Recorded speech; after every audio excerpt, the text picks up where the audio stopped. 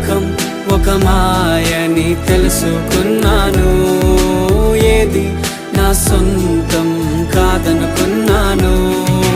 తప్పిపోయిన కుమారుని నేనైతే నా కొరకై నిరీక్షించే తండ్రి నా యేసు. తప్పిపోయిన కుమారుని నేనైతే నా కొరకై నిరీక్షించే తండ్రి నా యేసు.